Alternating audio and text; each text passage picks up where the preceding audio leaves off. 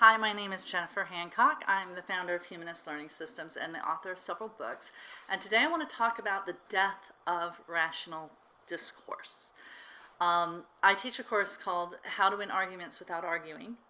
And I also teach courses on reality-based decision making and critical thinking and strategic planning and how to actually solve problems using science and compassion and reason for solutions that actually work, right? That's what I do for a living. I'm quite good at it. And I'm currently really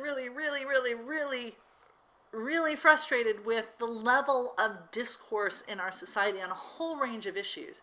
Mostly because it's not only not reality-based, right? There's a lot of bad information and outright lies being spread around in the name of discourse. But beyond that, we seem to have entered a period where we just refuse to listen to one another, that the other side is evil and my side is good, and anything the other side does is evil and therefore needs to be resisted, and my side is the only good side. That's tribalistic thinking, it's incorrect thinking, and it's not rational thinking. Now, that doesn't mean that we don't all fall prey to it. We absolutely do. Humans are tribal animals. There's a certain instinct that kicks in us versus them scenario. But one of the things that humanism teaches us to do as a practical skill is to look past the us versus them dichotomy and to recognize that those other people are still people. They're still us. They're still part of our tribe.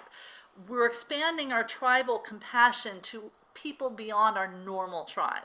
And it's very hard to do, but it's doable. And the more you practice it, the easier it gets. And the more you do it, the more benefit you see in your own thinking. Because when we silo ourselves into our own little tribe of groupthink, we make all sorts of errors in our thinking, and then we can't figure out why we can't solve our problems. All right?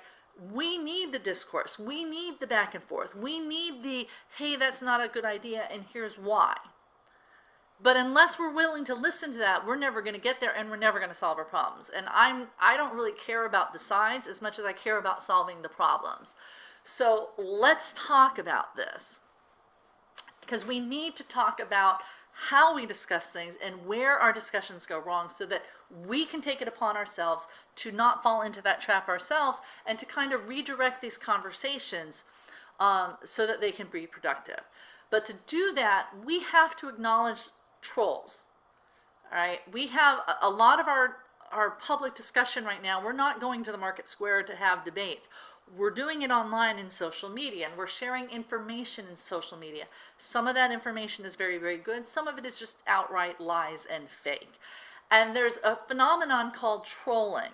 And women are very familiar with online trolls because we're targets of them more often than men are.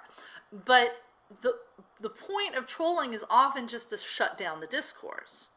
All right, and I want to bring up Milo Yiannopoulos because he's kind of like the most famous troll at the moment. And there's a big discussion about whether we allow him to speak or not. Is his free speech being infringed if we don't allow him to speak? And the reality is the man's a troll. He talks about being a troll. He talks about getting off when he upsets other people. And I've seen him talk, and he doesn't really present arguments. He lies rampantly. And he seems to just like insulting people. That's not rational discourse. So we're left with a conundrum. How do we encourage rational discourse while discouraging the non-rational discourse? And is silencing someone who's engaging in non-rational discourse like Milo is, preventing the free flow of ideas? That's the discussion that's happening in the free thought community right now. And it's a really good discussion to have. Now, I fall on the side of don't feed the trolls, right? Trolls don't add to the discussion. They silence the discussion. And Samantha Bee from TBS actually went and interviewed some paid Russian trolls, and they flat out said, if we can't control where the discussion is going, we will shut it down by trolling, by insulting people. All right, so if the goal is to shut down discussion and we want to have rational discussion, then we cannot allow trolls to shut down rational discussion. And if that means silencing them, then that's what we do. Now, I'm a member, I have like a board, a discussion board on LinkedIn for applied humanism. And I had one guy who was a troll. And I warned him several times and then I just banned him. And I didn't feel bad about it because I wasn't preventing him from speaking. I just wasn't letting him use this platform. And I think we need to distinguish between, you know, free speech is about the government putting someone in jail for speaking. Me not giving someone a platform is not the same thing as not letting this person speak. I'm just not letting them use my platform. There's all sorts of platforms I would love to have. I would love to be invited to go and speak on TV. I would love to go and speak at a university and share my knowledge and thoughts, but I'm not invited. I'm not given that platform. No one is guaranteed a platform. And if they're using their platform to spread misinformation and to troll, then we need to take that platform away from them. They can still troll all they want, but we're not going to give them a platform to silence discussion further. All right. Now, not feeding the trolls is also scientifically validated. If we want to extinguish unwanted behavior, we have to stop rewarding it. And to do that, we need to not reward it. And you don't reward it by not giving it a platform, right? And shutting it down. All right. And what happens when we do this on a discussion forum is if we shut the trolls down, suddenly discussion flourishes. My discussion board got to a point where the only person commenting was this troll.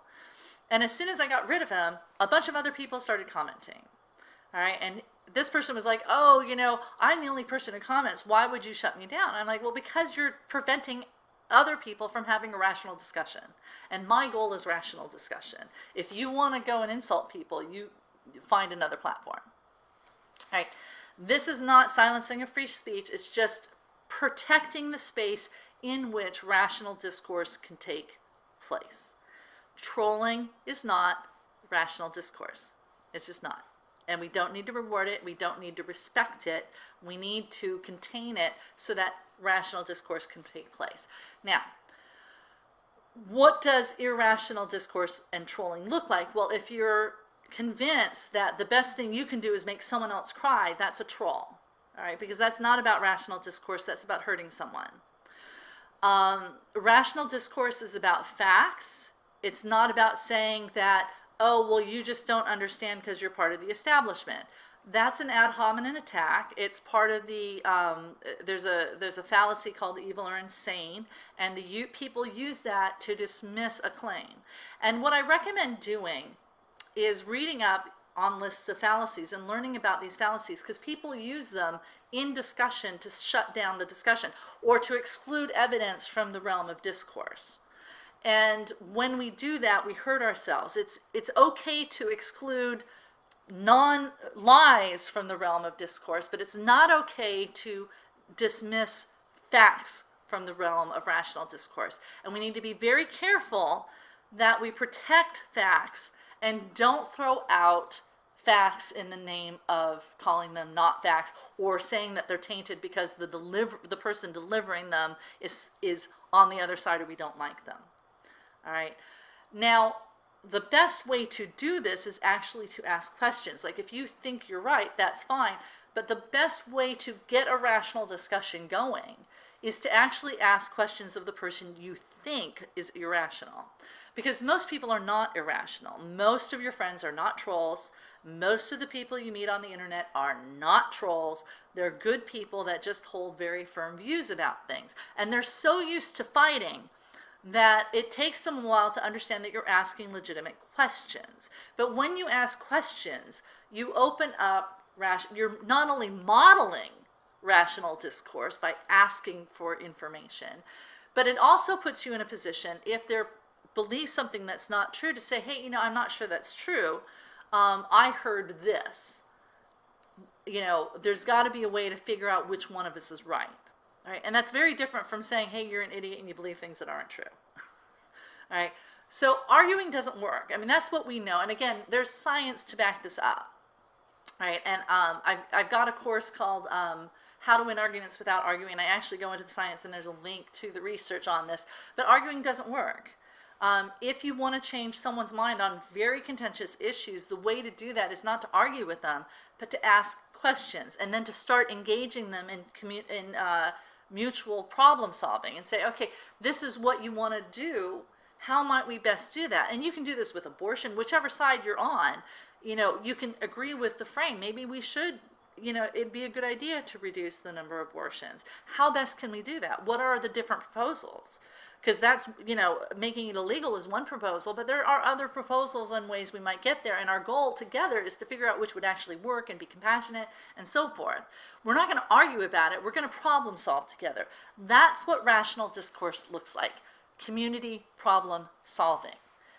But to get there, we have to get out of the argumentation and I'm right and they're wrong and my tribe versus their tribe. We have to get out of that and commit ourselves to problem solving.